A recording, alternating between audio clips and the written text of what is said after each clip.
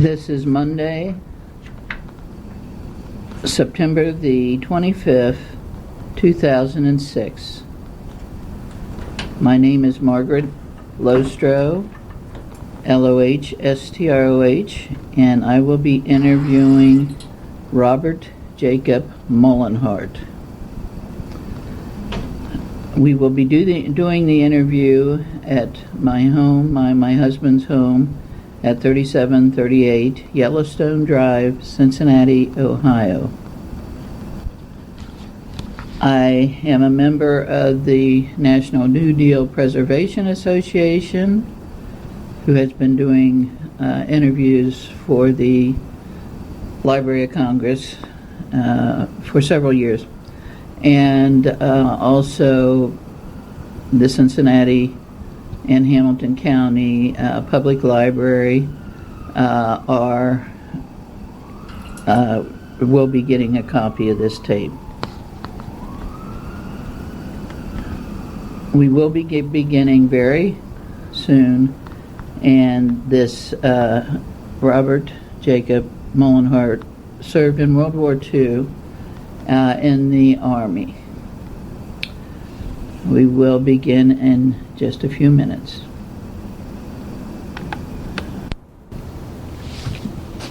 This is Robert Muehlenhard speaking. I'll get off here in a minute somewhere or other. I was born and raised on a farm in Coleraine Township, and at one time in my life, when I was about 17 years old, I did attend a citizens military training camp in Kentucky. That gave me a little introduction to what was to follow when I joined the Army. I lived, at that time when I was inducted, I lived on Mill Road by the old Groff grinding mill there, where they ground wheat into flour.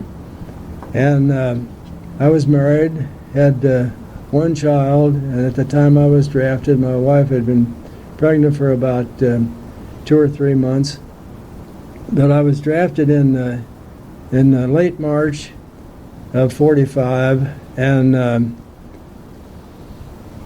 my tenure there lasted only about 10 months. Discharged somewhere around somewhere around February of 1946. It was during the time that I was on and my basic training, that my second child arrived. And we'll talk about that a little bit later.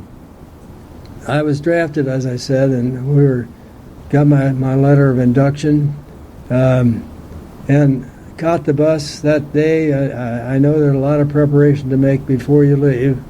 Little odds and ends, more than you might think, to be patched up. Particularly, it's complicated by the fact that it had one child and was expecting the second. So we took a bus from here to Columbus, where I was inducted, and fell in line there and seated with a little lecture. And then we were asked to stand up, and those of you that are willing to go, take one step forward. Well, everybody in the room took a step forward. Then we were broken down, given the usual inspection, which we always called short-horn inspection, and we were fed someplace there and took a bus to the train station, where we boarded a train, and I never will forget this. A couple of us got into a card game, poker game, and we agreed at the start we'd have very low limits, and we played poker about all night. And some of the boys thought that was terrible, but the old pot kept shifting around all night. Well, we got to our destination and switched trains at Chicago, and then went on down and wound up at Camp Wolters, Texas. Here we were allowed to go to bed. We arrived there about 4 o'clock in the morning, and we were assigned to a barracks. And by now, the division was made. Not everybody from the same state winds up together. In fact, there wasn't. I believe I was the only Ohio in there. Well, maybe not. Maybe one or two more. But they are from other states, and I suppose this is done in case a whole outfit is wiped out. All the weight doesn't, all the burden doesn't fall on one state. At any rate, we got there at 4, and we were told that we would be awake at 6 o'clock, and we would be fed breakfast, and then we would go out and we would take a test. Well, 4 o'clock in the morning, you're going to get to bed, probably not sleep at all, and get up at 6 o'clock and go ahead and take a test after that. Well, it was pretty rough going almost 48 hours without sleep, but we did it, and it gave us such things, simple things as like the sequence of 1, 2, 3, 5, 6, 7, and then what would the next set of numbers be following that pattern. Well, we got through that, and then it even included some Morse code. We got through that. Then we went and were issued clothing. The guy there would measure you up, and I believe I don't know how in the world they did all this, but everybody got a pretty good fit, including shoes, which shoes are so doggone important in the Army because you march on your feet so much, you do not ride. And we were issued 2 pairs of shoes. One we would wear one day, and on the even day we would wear the cross laced, and on the odd day we would wear the uneven cross, if you can get the picture, sort of a parallel cross on your shoe. And when the month ended, however it ended, we stayed on that pattern. If it ended on the 30th and began on if it ended on the 31st and began on the 1st, we wore the same type of shoe for that day. Meantime, the others were kept clean or cleaned up, greased up, and shoestrings and tongue tucked in and displayed on top of our footlocker. Well, the footlocker becomes your own personal property, but I don't want to get too far on that right now. And we were issued a rifle, and we were issued a serial number.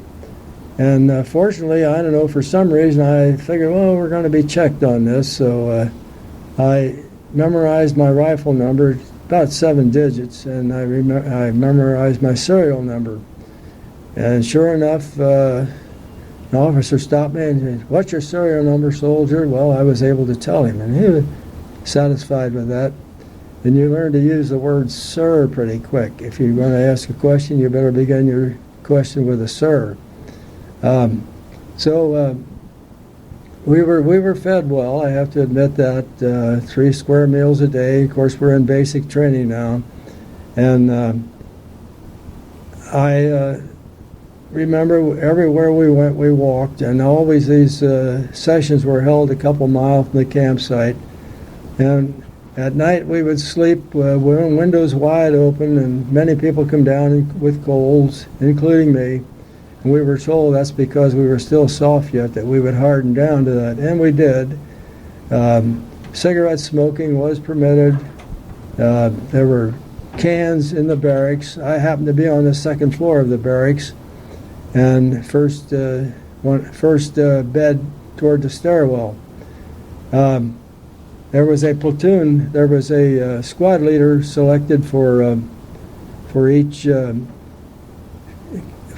barracks. Remember, there were 4 squad leaders, and each one had about 15, 16 men in the squad. And for some reason, I was chosen for that. It wasn't a real hard job, but you had to stay one step ahead of things. The big advantage there, you didn't have to serve KP. That's kitchen police, they called them. Actually, what they were was kitchen workers. So when we wore a black band around our left arm, so time went on, and we learned how to shoot a rifle the Army way. As they always said, there were 3 ways of doing things: the right way, the wrong way, and the Army way. Well, we learned the Army way. and we learned how to throw grenades. We learned about launching whatever they call them from the end of a rifle. An explosive that would go up in the air and make an arch and come down, fall straight down, because you can't shoot a rifle around a corner, but you could get around corners with these things. And all that sort of thing we learned in basic training.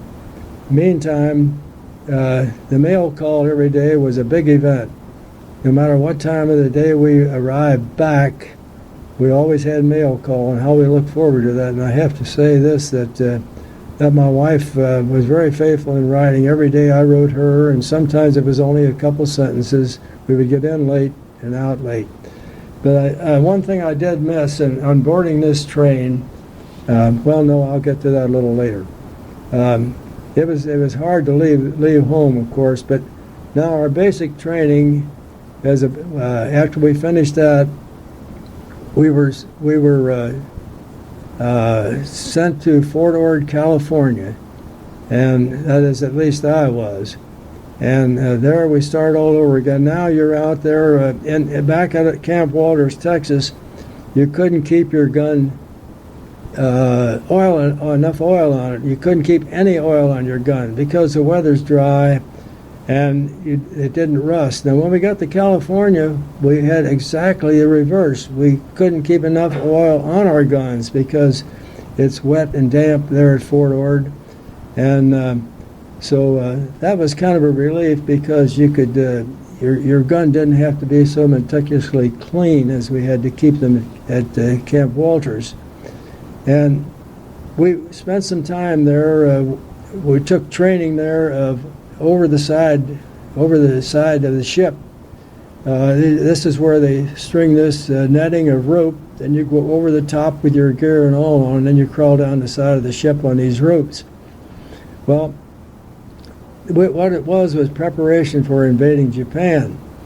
Well, I was on guard duty there, and that's when the second bomb was dropped. The second atomic bomb was dropped. Well, this sort of stirred things up, but now we knew the war was over, and the Army kept saying, they set target dates, home by Christmas or home by 4th of July. But now the war is over, so now they said that it would be necessary to retain a lot of soldiers in order to clean up minefields and that sort of thing. Well, I want to step back to Camp Wolters, Texas. I was on guard duty there after my training and waiting to be shipped to Fort Ord. And I did serve on guard duty there. And mine included guarding around the beer garden. And again, this is kind of tough work, because you're getting used to all sorts of things, but that still doesn't always satisfy the body. And now you're up all night guarding an area, and at first you're scared something's going to happen, and after a time you wish something would happen to kind of wake you up and get you back on track again. But the beer garden was a nice place to go of an evening. You could buy a couple beers for 10 cents and enjoy the evening. But one little incident I thought was funny or strange and odd and really awesome. We sat there and watched a young man go through the line, and he bought the beer, but he didn't uncap it. He came over and sat down by a table close to us, and he actually put that to his mouth and used his teeth to bite the cap off the bottles. I don't know, a good bottle opener, but I don't know what it did for the teeth. Okay, so we'll get on with this now. So then came the time when we were to be dispersed from Fort Ord, and they announced that one person in the group was going to be shipped back to Milwaukee, Wisconsin, and that turned out to be me.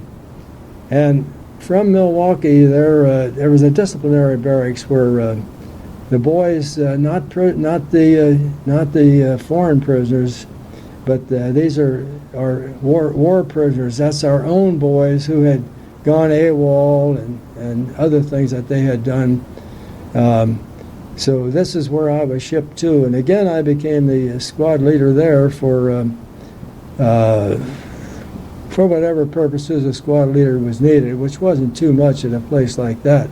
And I was also on the riot squad, as they called it, because riots do break out in prisons. Never got called out on a real riot, one that didn't involve our group, but I did get called out to help search the buildings. A prisoner had come up missing, and we searched all the groups and all the areas, laundry area, whatever. You never know what to expect when you're doing that. Well, during the time I was there, I also served as a watchman in a watchtower. The entire complex is enclosed with a high wire link fence, and inside of that fence is another fence, and the orders are that anyone that crossed over that inside fence, it was fair game. You shoot. You don't ask any questions. You shoot. I never will forget sitting up there one night, and here comes an officer treading up the steps in that tower, and I'm right away ready to, sir, this, sir, that. Gets up there and he says, "Soldier, don't you ever let that happen again." He said, How did you know I wasn't one of the prisoners that was dressed as an officer?" Well, I understood that, and naturally you're not going to argue with anyone about that, but it makes sense that even then you can challenge someone coming up those steps. We had our guns up there and all of that, but one snowy night, the wind was blowing, and I thought, oh, looks like somebody crawling over there, and your hair on your back kind of stands up, and I looked between those two fences, and here was a piece of paper somehow, a sheet of paper that got caught on the inside fence and was blowing toward the outside fence. So I was kind of glad it worked out that way anyhow, but I didn't have any desire to sleep for quite a while after that. And also you bump into this, then I was transferred to the inside of the building, and where the prisoners are held in groups, I don't know how many, probably 50 in a group, inside of a padded or a well-barred cell. And they have what they call guardhouse lawyers there, these soldiers that know their rights. I don't know why they didn't know why they were in there, but remember one soldier saying to me one day, he says, "You know why I'm in here?" And I says, "No." He says, "I was AWOL 5 days and they gave me 5 years. I said, "Gee, it sounds stiff. Was that the first time you were AWOL?" He says, "No, it was the 7th time." So you can understand what this is up against. Another soldier that I remember distinctly, he loved to draw airplanes, and he would draw them to scale. And he said he does all his work in the metric system. Well, that's good too. Or at least it passed a lot of time away for him. And then came the shakedown periods when they would, prisoners would start getting out of hand, and first thing they would do would be examine the area for any objects like razor blades on the end of a stick, wrapped on there, different things like that. And I learned something there. They went around and inspected the windowsills from the outside. The idea there was that what they would do would be make these instruments like that. They would somehow get them to the outside and close to the window ledge, but they wouldn't put it directly in front of where it was easy access. Didn't look if a window was broken. You didn't look at that spot. That's somehow was the way they would get them out there. They would lay them maybe 3 or 4 windows down. So those are some of the tricks, and naturally when the officers were done inspecting the beds and all of that for these instruments, some soldier would say that something he had was missing. That was standard practice. So you get on to those things, and they're forever pestering you to write a letter of recommendation to see if they can't reduce your time and things like that. So it was an interesting place to be, And I did go home on furlough one time. I'm not getting everything in sequence here, but after my basic training, I did get home on furlough, as it's called. And I never will forget, and this is...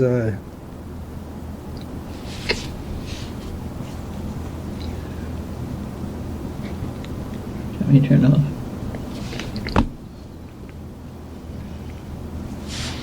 This is where I get highly emotional, really.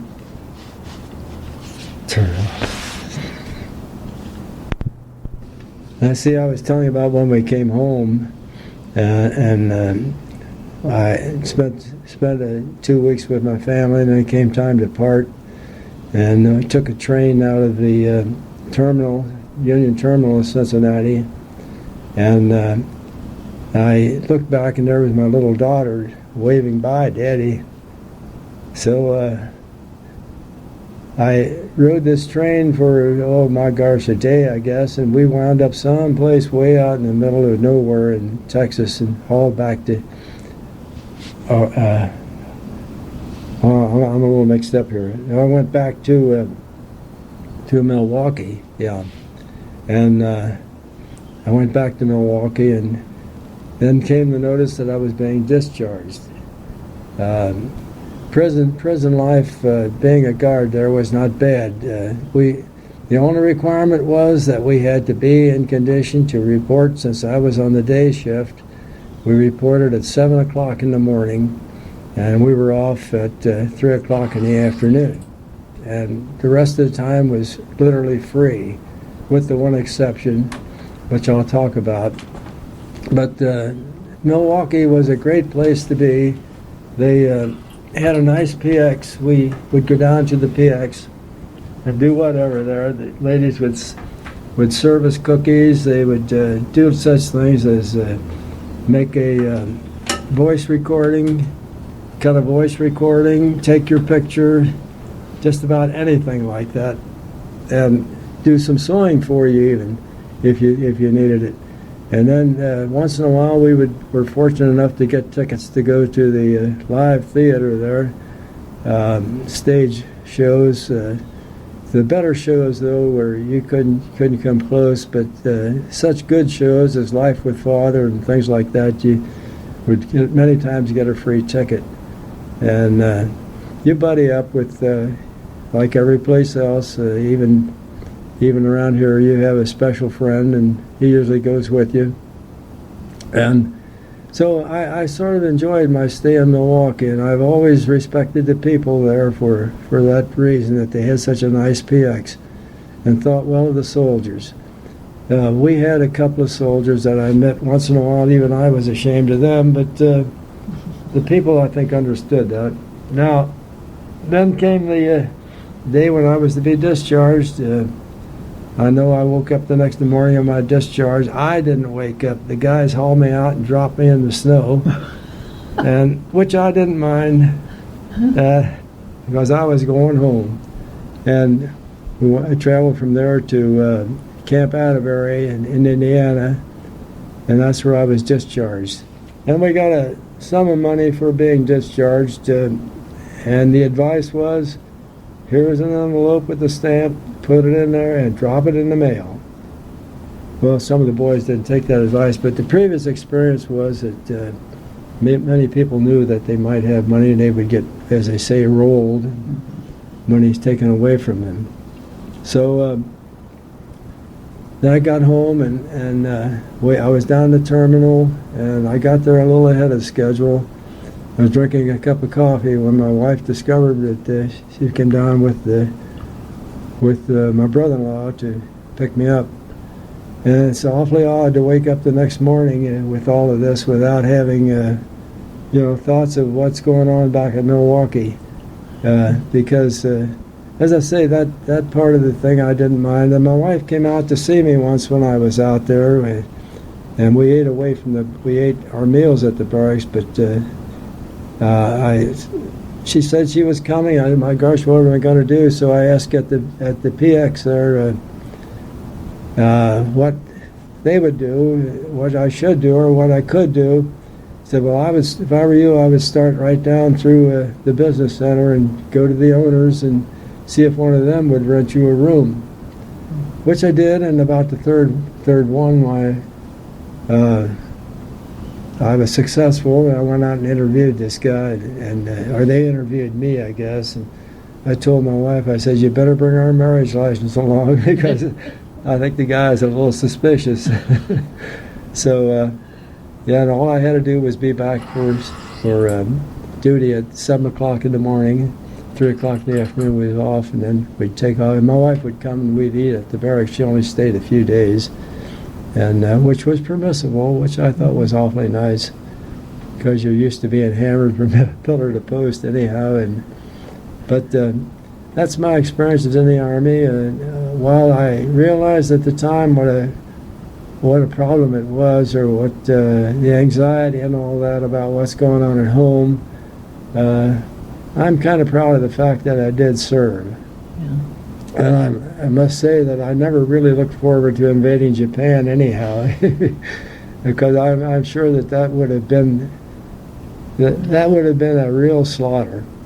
But Harry Truman had guts enough to do what was right, and when people start talking about we shouldn't have dropped that bomb, I'm quite sure that if Japan would have had the bomb first, that we would have been the recipient of it over here. So, as they say, all is fair in war and love. So, and this was war.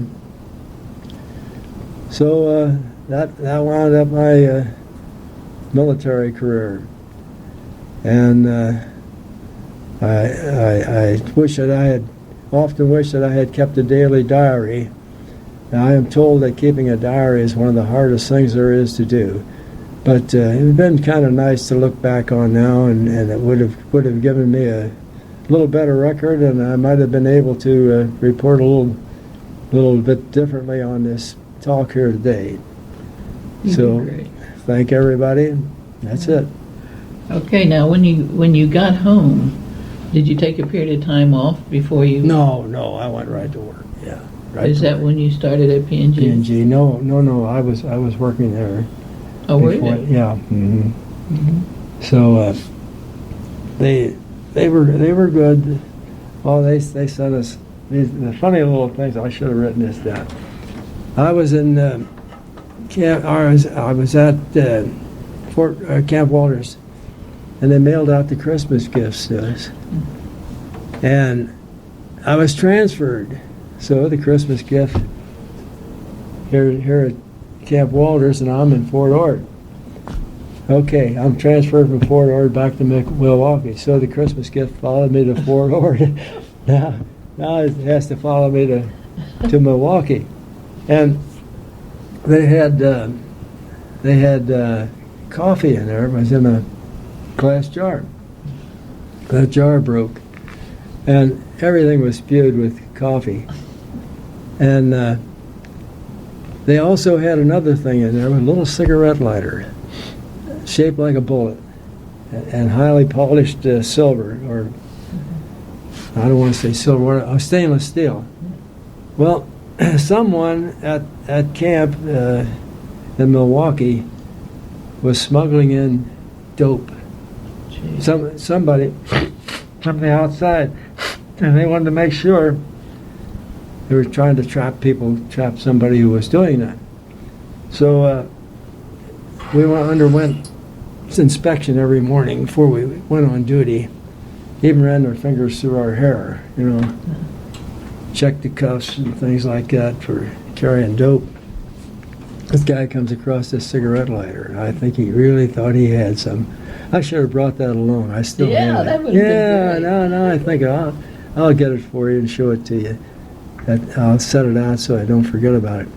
It's just a little stainless steel thing, and the top screwed on it. It looked the world and all like just a little bullet, and he didn't know how to get the thing open. See, because and it was slippery. I knew that it closed tight so the lid wouldn't jolt off. So I opened it up and showed it to him. Then he wasn't too sure that was all there. I had to light it for him a few times. I guess he thought I might have dope in the bottom of it. But So that was one of those things. A very nice little gadget. I still have it. And they had the usual run of P&Gs. Well, not the usual, because they did send us some soap, which You is, know of course. what? Mm-hmm. What came to mind was the live turkeys they used to get. Yeah. Because you did have to furnish your own soap there, but you know, I found out if you kept your eyes open, somebody in the shower would forget their soap. And they pretty much all looked alike anyhow. Yeah. And then you ended up working at P&G how long? I had about 40.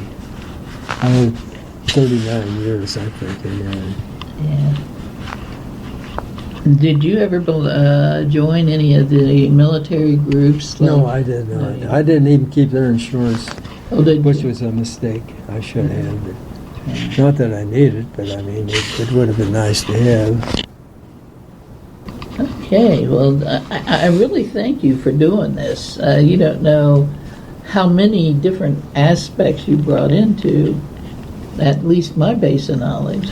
I should have said also that I was, 28 years old, and I guess the Army was getting desperate. That was, Yeah. But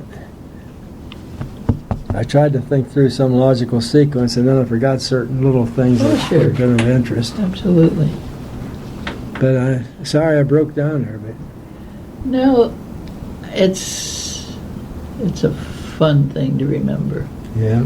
but it's hard to get through. And I'm sure you think about that once in a while when you see her. I do. Yeah. But at any rate, I want to thank you, Bob. You're a good friend and a good interviewer. And you want me to take this along, huh? Yes, I've Okay. made the copies of them. Okay, thank you very much. My name is Margaret A. Lostro, and I will be doing an interview with Robert J. Muehlenhard and Norman A. Muehlenhard, that are brothers, at my home at 3738 Yellowstone Drive in Coleraine Township, Cincinnati, Ohio, 45251. The purpose of this interview is to get on record, historical record, their remembrances of their days in Coleraine Township from childhood on up. And then we will take a slight break, and they will tell us about their experiences during World War II. The date is August the 22nd, 2006. And we are at my home for the interview. Bob, would you like to start this and tell us a little bit about the history of Coleraine Township? I suppose, yes, I would like to start. My background is that my mother and father both lived in Coleraine Township, and I came along. I'm the third oldest in a family of 6, and I was born at home, as were 5 of us. My youngest sister was born in the hospital. Midwife, of course, helped my mother, and the doctor lived in Mount Healthy. He was there for the deliveries, and we lived in a nice farm home. It was a beautiful setting, really. Back off the road some 1,500 feet, but road was in good repair. In fact, it was in better repair than the public roads were at that time. We had no running water, except we did have a pump in the house that was connected to the cistern, so we didn't have to go outside and carry water in. Had the old outhouse, naturally. Food was raised on the farm. Dad was a dairy farmer. His folks used to run a butter route. My dad bought the property off of his folks, and his folks used to run a butter route down through the Mohawk Valley, down in that area. All Germans, of course. And my dad also came from a family that spoke nothing but German until he was 7 years old, and yet on his voice you couldn't detect the German accent at all. So I managed to survive, and we, as I say, we were rural, and the work was there was a lot of hand work done. My dad was mechanically minded, and he switched over more and more toward mechanical things as he could afford, and as life went on. And of course, my mother had to work hard. You can imagine with well, in my case, the third child coming along. We wore a lot of hand-me-downs. We never really had a lot of money, but we did have a nice big area to romp around and grow up in. Went to the one-room school, Round Top, which was located on Round Top Road, and that I spent 1 year there in the one-room school, and then went to New Burlington for second and third year, and then after that the Coleraine School in 1923 was centralized, and all the one-room schools were shut down. I never will forget riding the bus to school. We thought that was a big thing. We always had that 1,500-foot walk from the house to the road every morning, rain or shine. But our father would take us down to wait for the bus. I'm getting a little ahead of myself here. I want to go back to when we went to the one-room school. Many times we walked that. It was about 3 miles by road, and of course being a guy that wasn't afraid to walk through the fields, learned a shortcut which cut it down to probably 1.5 miles. And a fellow by the name of Bill Shawn used to take us home. Dad would usually see that we got there. He'd pick up, he had a daughter that attended, a daughter by the name of Elizabeth that went there also. And Dad would pick us all up in the morning as a rule and haul us over there. But many times we walked home. And on bad weather, Bill Shawn would come over and get us and deliver us home and take his own daughter home. So then the school was heated by a wood-burning stove that sat in the middle of the room, and a long pipe that led over to the chimney, which was at the side of the house. Of course, that gave up an awful lot of heat. But I just can't remember too much about being cold in there. I know that one morning the stove broke down, and my dad fixed it up by using a couple of brick and putting the grate up, and that got us through the day anyhow. I don't remember what we did after we went to the bathroom about washing our hands. I was trying to recall that. We did drink, however, out of a common bucket or common cup with water supplied by the neighbor's well. The neighbor's name was Wolters. That's where the retirement, what we call it, the rest home is today. And he had a nice little place there. He himself had, I think, 6 daughters and 1 son. The son was the youngest born. I guess after all those tries for a boy, he decided he better quit with 7. So they furnished us the water, and we had school there. And one teacher, there were 3 in my class in the 1st grade, and there was 1 in the 8th grade, I believe. We'd march up front, sit on a long bench. And the teacher would teach us our lesson. We'd be discharged, and with our papers and whatnot, with instructions of what to do for the next couple of hours. So then we went to New Burlington. That was pretty much a repeat of what we have, what I just told you here of our one-room school. Then the centralized school came in. Where was New Burlington School located? You know where the current school is in New Burlington? Mm-hmm. Right there. Right next to it was a blacksmith shop. Yeah. Adolf Bobinger.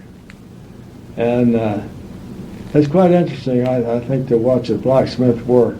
He was of course, a German man, a short, stocky man. Of course, one of the jobs of a blacksmith in those days, they were also furriers. They shoot horses. And my dad used mules, and I can't remember him ever putting a shoe on a mule. Oh, yes, I did. One of the mules had foot trouble one time, but he put the shoes on himself. Well, at any rate, from then on, we went to the centralized school starting in 1924. Everything was in one school.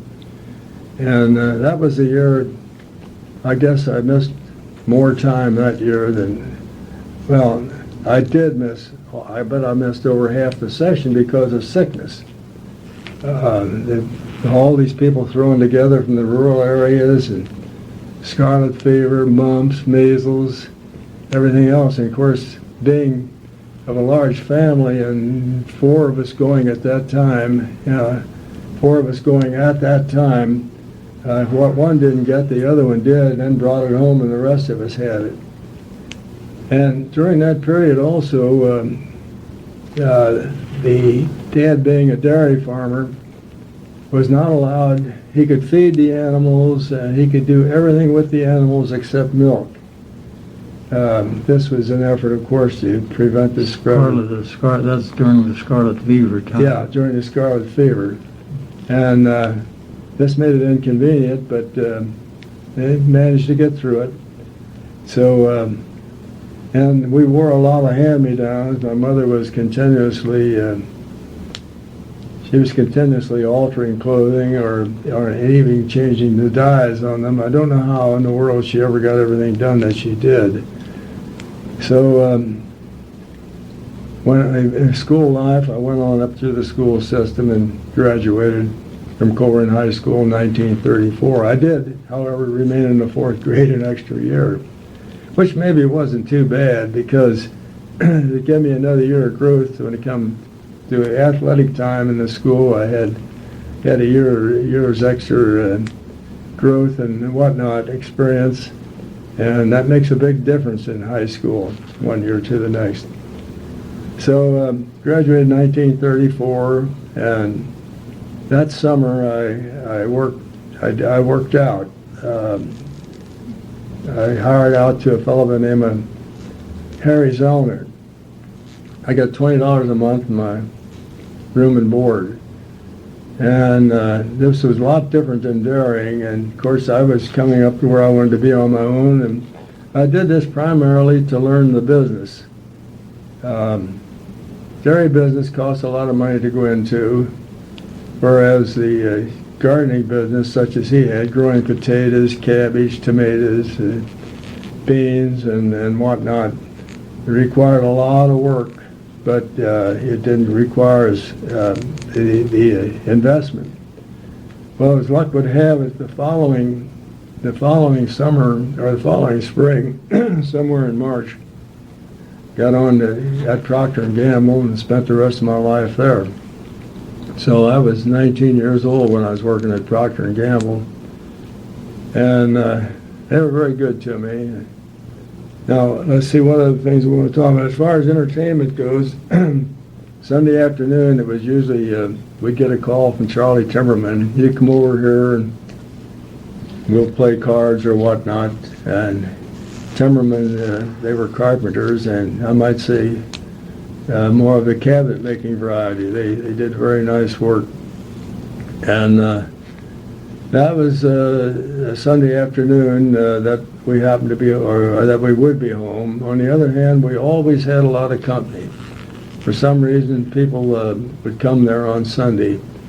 And later on, now that I'm as old as I am, later on I found out that a lot of those people that came were relatives. I didn't know that. But they would come out there, and they always enjoyed, and many of them would stay to eat the evening meal there. And of course, TV has spoiled all this sort of visitation today. And of course, better transportation. Back in those days, you traveled mainly by horse and buggy. My grandfather used to drive his horse from his place on Springdale Road, his place being right where right next to the Colerain Township Trustees building there. He would drive from there to our house with his horse and buggy, And of course, the thing to do there, they unhitch the horse and tie him to the buggy and throw him a little feed, entertain himself for the day. Well, see, I'm running out of words a little bit here, Norm. We had plenty of room to play ball, though, and the object we had our limits, like you have walls around the stadiums today. Well, the barn was one of our limits, and if you could hit that ball over the barn, you were doing pretty good. But you better watch it as it went over the barn, or you wouldn't be able to find it. I mean, watching which direction it was, so you could get out back there in that little field and find the ball again. We didn't have too many of these balls to play with, I'll tell you. And most of them, we many times made our own balls even. Take a cork and then start unraveling a sock, keep wrapping and tape that. So you see, there's many ways you can get around. Today, kids that would have to do something like that, I guess, would feel that they were living in poverty. And maybe we were, but we didn't realize it. So as far as going to a movie, I don't believe I saw my first movie till I was about 14 years old. And I'm trying to recall the name of that movie. It's a very famous one. And I remember... You remember where it was? Comedian, I don't. yeah, it was that shipwreck. Voyage... Not, oh, well, at any rate.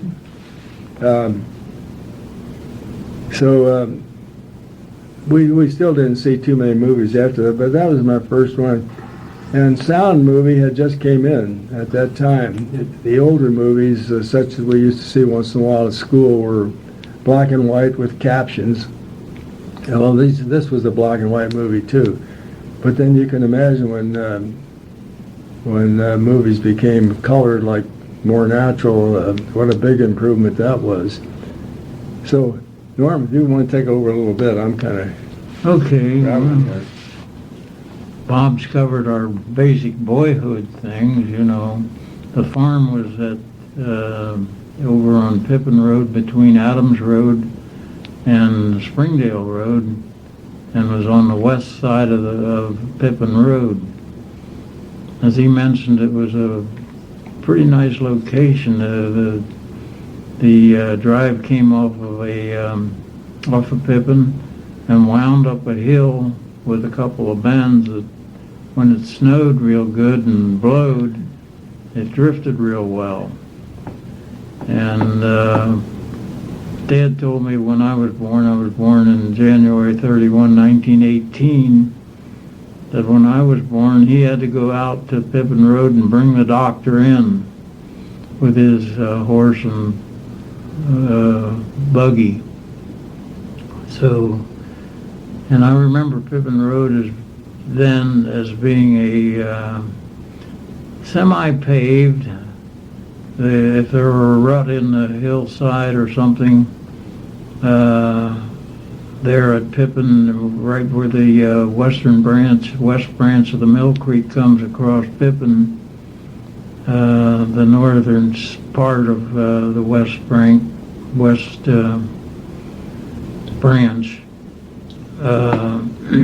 that had a concrete bridge there, and the water overflowed through that bridge, and it created a little hole there that we made a swimming pool out of. It was big enough that you could make several strokes across there as a youngster to get across that pool without touching bottom.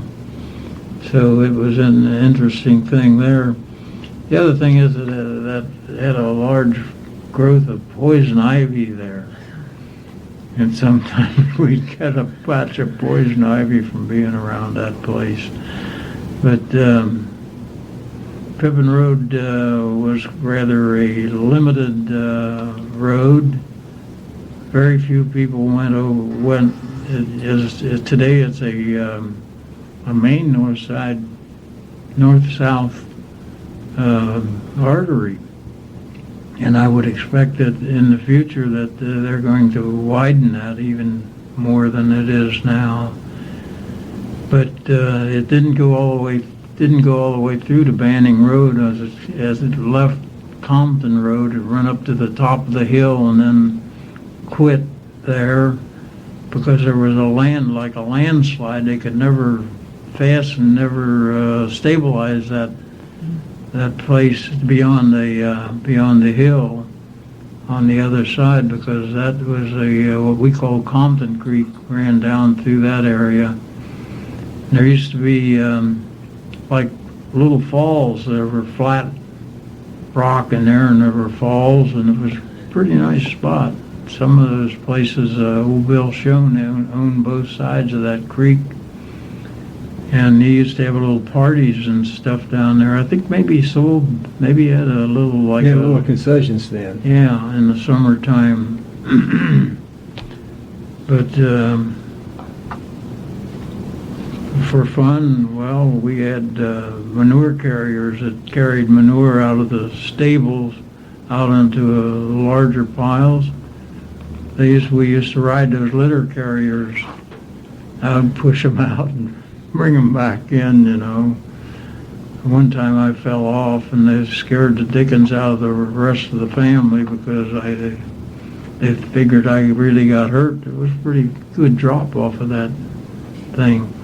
We had high beams in the barn that we used to climb up on, you know, and then jump on down to a pile of hay or something like that. We had carriers, hay carriers at fork where you stick a fork. That we didn't have baled hay. We had loose hay, and we would bring it in on a wagon or a couple wagons at a time. Stick these forks down in there, and then the horses would pull the carrier up to a thing and to a track, and when that hit that carrier, it snapped, and then it would pull the hay back off to the loft that you wanted to store the hay in. But Bob mentioned there came a day when they centralized schools. He said that they closed all the one-room schools, but I think they still had one up in Pippin Road.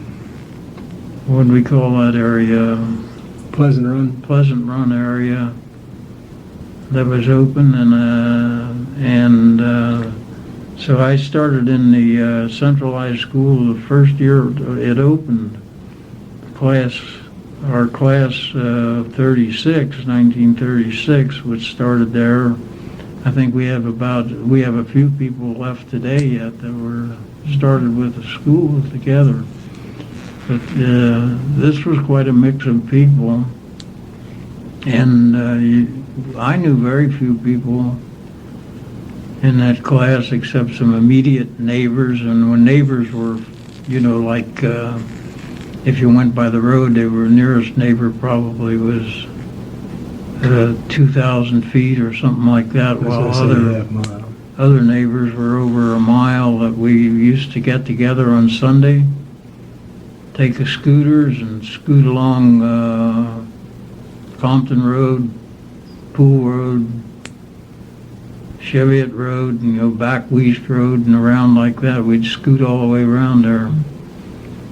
And Pat Slattery, and then to name a few, was a guy we called Pat Slattery. His real name was Howard Slattery, who in later life became a air traffic controller. George Kuhn, who was really involved with the Historical Society, Coleraine Township, Coleraine Historical Society. He was another neighbor. And I guess I went all the way through school, and I never had to repeat a grade, but I kind of wish I had, because I think I could have learned a little. I could have done a little better in school than I did. Especially I was weak in math. I loved history, languages, that sort of thing. And I did better in that, and also general science. We had something called general science, remember? And we used to talk about that while we were milking the cows. Bob was the source of a lot of information at that time, really. But we had a good time, and eventually, as he said, he got a job with Procter and Gamble. And we had some bad years on the farm because of the dry weather, drought, similar to what we're having right currently. And Dad says, well, it looks like we're not going to do so well. He says, if you can get you a job in town, you know, why, go get it. So I applied, and it wasn't very long that I got accepted. Got a job with Procter and Gamble, primarily night cleanup, cleaning up the machinery after the day's work was completed. And then later on, I was a continuous crutcher checker, which checked the amount of soap that flowed through. They were continuous. Otherwise, we mix a batch of soap and then dump it, you know. But these things fed certain amounts of preservatives, I say flavors, I mean scents, and that sort of thing. And that was my job to check to make sure that they were producing or emitting the proper amounts into the final product. So that's where I was when I got that knock from Uncle Sam. That was in 1941. So I expect that if there's something else you would like to know. Tell me about the bootleggers you said were around. Oh, the bootleggers. Well, we'd hear all kind of stories about them. They done not only bootleg booze and illegal liquors, but sometimes there was people that would hijack large shipments of cigarettes. Oh, really? And there's a few barns, I think maybe a barn that's still standing today, that I heard that from this barn, that's where the distribution took place. I won't mention any names because I may be wrong. The total thing may be wrong, but the bootleggers lived right here. The bootleggers that I can remember of lived and worked out of Coleraine Pike near the Big Spring, or opposite and south of where Stalin's are today. Was that where the Beavis Hotel was? It was on the other side of the road. Oh, was it? Yeah, the house was. Ori Bowles, was that who Oh, yeah, you used he to was know? in my class. And but anyhow, that was an exciting time because this is the time that Zwick, was that Zwick or Zwicker? Zwick. Zwick, yeah. That sort of ruled the Cincinnati area. They eventually caught him in Chicago carrying a machine gun inside of a violin case. I think, just pardon me a minute here, but Yeah. I think it's important to remember that at this time yet, we had no telephone. Yeah. We got a newspaper which was mailed to us, and the mail was delivered once a day, so that news was always a day late. And our news came from the guy that picked up the milk. That was one source of it, and chatting with the neighbors. And so many of these things probably were hand me down, and probably didn't lose too much in the passing down. But go ahead now, Norm. That's all right, fine.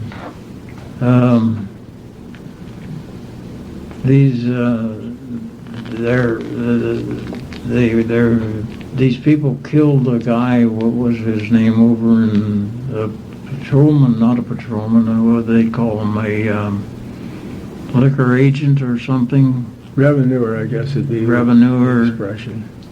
over in North College Hill, and they played a Victrola. You know what a Victrola is? Oh, yeah. Well, that's something we had back in those days too, and a player piano, you know. Well, I took a shot at music too one time. Oh, did you? I had a girl, a neighbor girl, her name was Ruth Timmerman, and I studied the piano for a while. But I guess I didn't spend enough time at practicing to make it really anything. But I still remember those days, and I like music. That's good. But that takes me up to about the time I was drafted into the military. Norm, Okay. you might extol too that what we were expected to do at home, would you know? Oh, well, each of us had an assignment, and as for instance, I fed the chickens and gathered the eggs. We had a multiple farm, and I pumped the water. Bob pumped the water. Herb took care of the horses. And then also I think you had to make sure the hay got down the chute Right. so Dad would feed it to the cattle, and then in the evening at nighttime I think we had to make a double batch of hay, because then he fed them after they were all done Right before we milk. went to bed, yeah. And and the old cow stable had wooden troughs or mangers, and then we one time got ambitious and we had concrete troughs put in, and then we would run the water down the trough, so the cows had water for them almost all of the time.